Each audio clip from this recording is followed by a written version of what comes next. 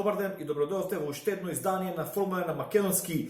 Првата пол позиција оваа сезона оди за Валтери Ботас со одличен круг во неговиот прв настав во Q3. Второ место Луис Хамилтон го заклучува првиот ред уште еднаш по кој знае кој пат за Мерцедес. Меѓутоа изненадува што овој пат се во првиот стартен ред за трката за големата награда на Австрија. Го имаме Макс Верстапен на третото место со одлична стратегија, кој своето најдобро време во Q2 во втората квалификацијска сесија го постави на средната компонента на гуми, така што утре ќе имаме од Макс Верстапен различна стратегија. Во самата трка ќе стартува на поспората компонента, меѓутоа ќе може да издржи подолго на патеката и потоа со најмеката гума кон крајот на трката да биде екстремно брз, нешто налик на лани, така да очекувам утре интересна, навистина интересна борба помеѓу Мерцедес и Red Bull. Четврто место, изненадување на денот, Ландо Норис. Одличен резултат за Мекларен, го заклучува вториот ред, значи четвртото место на Ландо Норис, понатаму пето место вториот болид на Red Bull, односно Алекс Албон, шесто место го имаме Серхио Перес во розевиот Мерцедес.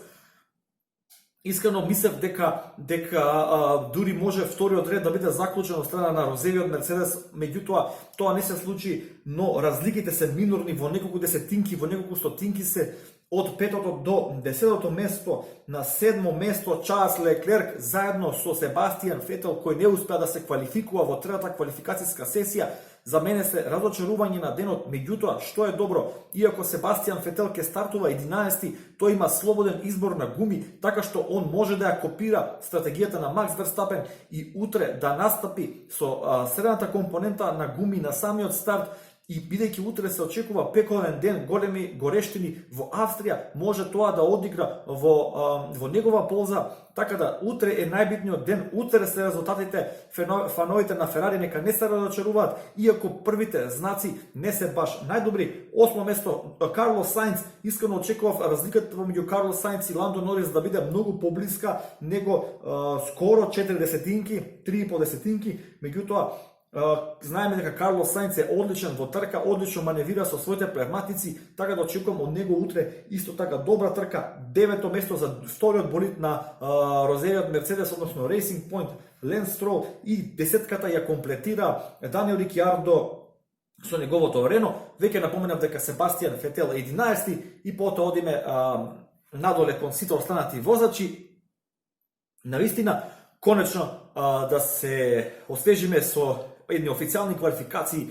Сезоната во Формула 1 се враќа конечно, добар почеток за Мерцедес, одлично ми се допаѓа што Валтери Ботас искрено ја зема пол позицијата, бидејќи навистина очекувам од него конечно во оваа сезона да го предизвика Хамилтон на еден шампионски начин, да биде на негово ниво. Валтери Ботас изјави во предсезонските тестови и во самото доаѓање на овој викенд дека дефинитивно е најспремен физички досега. Се надевам дека и на психичко ниво ќе биде исто така, неговата ментална игра ќе биде на ниво, така да доколку успее утре Валтери Ботас да постигне добар резултат, да победи во првата трка, мислам дека ќе биде конечно достоен конкурент за Луис Хамилтон со истиот болид. Меѓутоа како што се одвива сезоната, верувам дека ќе имаме многу пермутации. Ферари најавува наградба во Унгарија, практично ќе носат нов болид со нова аеродинамичка филозофија. Red Bull знаеме дека константно ќе го надградува својот болид. Тука се Мекларен, дали ќе успее Force India, се извинувам, стара навика Racing Point,